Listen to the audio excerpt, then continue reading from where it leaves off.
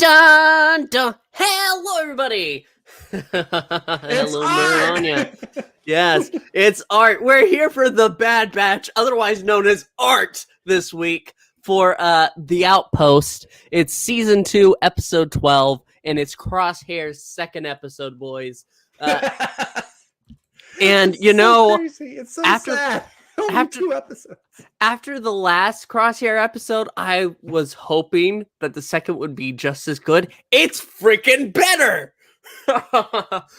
But let's go ahead and talk about actually what happens. But joining me, your Emperor, Palpatine, I have Zach, of course. Say hi, Zach. Hi, Zach. Yes, you did.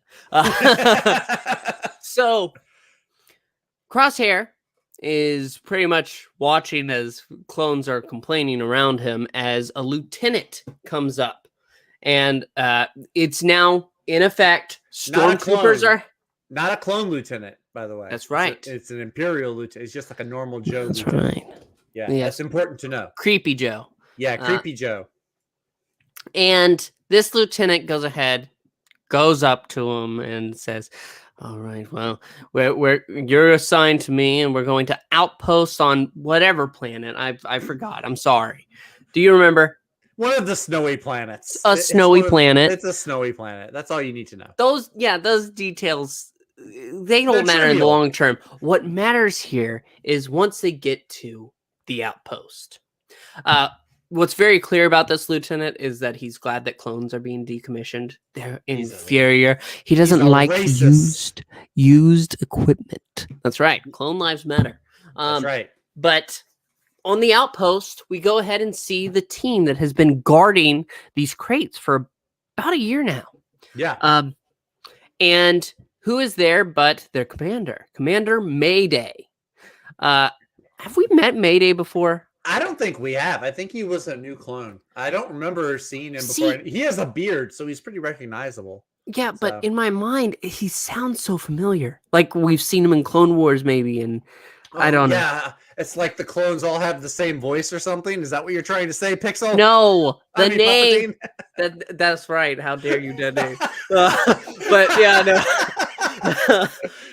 no. No. I think it just sounds like a name that's familiar to me, other than Mayday Parker, obviously. That's Spider-Man. Yeah. But anyway, they are ultimately there to go ahead and see the outpost, get these crates ready for shipping. However, the outpost is pretty much in ruins.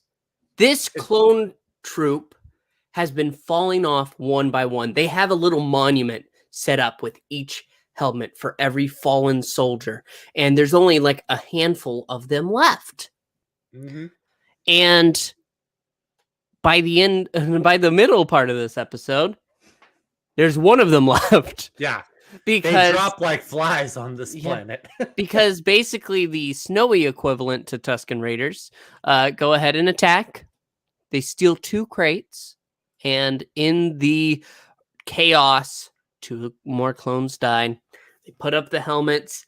Mayday tries to take a minute, and the lieutenant goes ahead and says, "You have lost 2 crates, and someone needs to go ahead and go out for them." And Mayday goes ahead, and he basically says, "We have lost all of my men. Give me some of yours and we'll be able to do this mission." And the lieutenant says, "And leave it open for attack again? No. You 2, because he blames Crosshair as well, lost them. You 2 are going to collect them." So it starts out with Mayday and Crosshair. They go ahead out walking through the snow, walking in a winter wonder world. And they are able to eventually track down this base, but it's so cold. And the setting of it is just, it feels so desolate. And you have these ice vultures. That's what they're called in the little credits. So that's what they are. Ice vultures. And I like it. But they're waiting in the distance, lurking above. And as they go to the snowy Tusken Raiders base, they have a plan to attack to go ahead and get these crates. But the attack, they are surrounded. There were so many Tusken Raiders in there. And basically, Crosshair has to shoot a bomb, blows up, sends it all around, and they're all pretty much sent down out of the base, and the crates are open. A very important part to this is that Mayday did not look in the crates. They didn't look at that. Nobody knew what was in the crates. What's in there but stormtrooper armor? For over a year, they've been sitting on this armor that's designed for a program that wasn't even officially put in. Yeah. So, It's like, and also like the thing that jumped out to me was that he said he had been requesting new gear for his troops forever and hadn't received it. They were sitting on crates of new gear that they could have used. So. There's a great line that we know, and we get a variation of it. Yeah. We were good soldiers. We followed orders. And for what? But there's no time to dwell on that question. Because of the bomb, an avalanche comes. The two run, but the snow is too fast, and it's going to hit. And so, as they're running towards this one kind of rock, Mayday is able to get an assessment of the situation, pushes Crosshair out of the way, and he takes the full blast against the rock. Snow hits him. Crosshair wakes up. There was an excellent piece of dialogue earlier in the episode where basically Mayday says, "Remind me not to die on your watch," because the one Tusken Raider who ended up wounded by Crosshair bled out. Yeah, and his gang leaves him behind, basically. Yeah. And Crosshair's like, "Oh yeah, of course. You don't want to carry dead weight." Yeah, just like that. And so then Mayday's like, "Oh, remind me not to die with you around." So remind me not to die around you. That's right. Yeah. And so Crosshair digs. He wakes up first, gets out, and he digs for Mayday. Mayday is hurt. He is hurt bad. I mean, all that snow impacting on top of them against that surface. Crosshair had the open field. So Crosshair helps him up, and Mayday is saying to leave him behind, but Crosshair won't go for it. He puts on the helmet and starts walking, carrying him. And they go forward. The vultures are looming up above in the sky as they continue to move through the snow, the storms, through night, but Crosshair does not stop. Well, they take a minute to breathe, but he does not really stop. And they make it the next day as, well, ships arrive, and they're picking up the gear. And the lieutenant sees them in the distance with the rest and goes ahead, and he gives them a smarmy look as they appear. He tells the other troopers, or I guess it doesn't look like stormtroopers yet. Yeah, not yet. I mean, I don't know. They did have different helmets on. So, yeah. Who knows? Maybe. But he basically says for them to get back to work. And then the two that appear, Mayday, he's helped to the ground by Crosshair to go ahead and get a moment of rest as he takes off the helmet. And Crosshair says, get him a medic. And the lieutenant says, well, I see you didn't collect the supplies. And Crosshair is basically pleading, he needs help. He needs medical help. Please, he's going to die. And he does. He does. Yep. And Crosshair gets on his knees, goes ahead, takes the pulse, and you can just see it's too late. And Crosshair basically says, you could have helped him. And the lieutenant says, well, why would I? It's a waste of Imperial resources. And I suggest that you go ahead and get to work while you're still useful. And in that moment, there's just such intensity on Crosshair. He stands back up as the lieutenant is walking away. Lieutenant. He turns. We don't get to see the blast, but No. It's very cleverly done. It's like the last time there was a Crosshair episode where like Rampart shoots a guy, but you don't see the shot, you just hear it. Well, yeah, but that was in the distance. This is up close. We get to see the impact and hit the ground. That was good. You could even see like a little smoke coming from his chest plate too. I noticed that. I was like, oh yeah, that's kind of cool. And then Crosshair collapses too.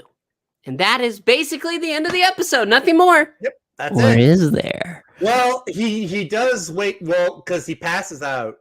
Crosshairs does, and then when he wakes up, he's on a medical bed, and he's like, there's that scientist girl from the last episode from the Imperial Science Base or the top secret base. Yep. There's this scientist girl that's like, she sticks him with a needle. I think puts some like anesthesia in him. So I think it's all gonna. I think like it's all gonna lead. Like Crosshair is gonna reunite with the Bad Batch, because I think what we learned from last week's episode with the science base, like they have the Kaminoan scientists that they're trying to get to cooperate, but they need Omega for that. So I think it's all going to culminate and lead to like they're going to be reunited, I think. So yeah, whenever she basically says the doctor is going to come and visit you, it's all coming clear what's happening, what's coming together in this moment. And I really, really do enjoy the idea of everything here. This episode was, as we said before, art. Freaking art. And one of the best parts is the fact that we now know that this is all connected. It's all connected. It's all connected. It's coming together. And I'm so excited. This episode was fan-freaking-tastic. And I know we had so many weeks where everything felt so pointless that it was all just kind of fluff. Yeah. And yeah, I like going ahead and seeing seeing these characters go ahead and have key moments that they can build off of. But I just wasn't feeling that. A lot of the episodes felt just like fluff. But this is real. This is the heart-wrenching things that we want from this and Clone Wars. I just finished Tales of the Jedi. Oh my gosh. So yes, I have had a surplus of art this week. And that's all I can say.